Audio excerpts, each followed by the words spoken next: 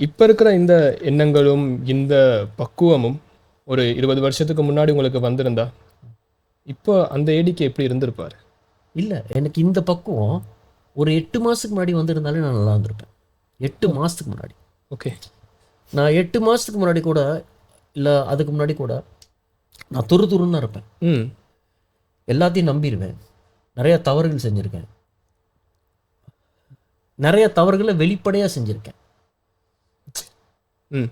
நிறைய தவறுகளை, அதாவது ஒரு எக்ஸாம்பிள் சொல்கிறேன். நமக்கு ஒருத்தர் மேலே கோபம் இருந்தால் அந்த கோபத்தை வந்து நம்ம அவங்கள்ட்டே பகிர்ந்துக்கணும்னு நான் இப்போ நினைக்கிறேன். ம்.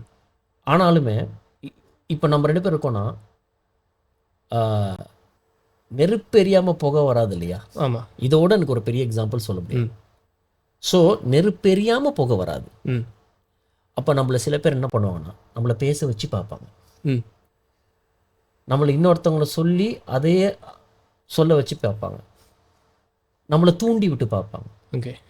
இதெல்லாம் பண்ணும் பொழுது நம்ம என்ன பண்ணுவோம், அவங்களுக்கு ஏற்றவாறு நம்ம பேச ஆரம்பிச்சோம். ம். சம்டைம்ஸ் ரொம்ப நம்பிட்டோம்னா நம்ம வெளிப்படையாக இருக்க ஆரம்பிச்சிடலாம். அது எந்த ஒரு விஷயமா இருந்தாலும் சரி, சாப்பாடு விஷயமா இருந்தால் சரி, பணம் விஷயமா இருந்தால் சரி, பெண்கள் விஷயமா இருந்தால் சரி, ஆடை விஷயமா இருந்தால் சரி, எதுவாக இருந்தாலும். ஆனால் நீங்கள் நல்லா கவனித்து பாருங்கள், நம்ம வெளிப்படையாக இருப்போம், ஆனால் அவங்க வெளிப்படையாக நம்மகிட்ட இருக்க மாட்டாங்க நிறைய பேர். அப்போ நம்மளை பற்றி அவங்களுக்கு எல்லாமே தெரியும், ஆனால் அவங்கள பற்றி நமக்கு எதுவுமே தெரியாது. அந்த இடத்துல நீங்கள் தோத்துறீங்க, அந்த இடத்துல நீங்கள் நம்புறீங்க. அப்போது ஒரு 8 மாதம் முன்னாடி நான் அப்படி தான் இருந்தேன்.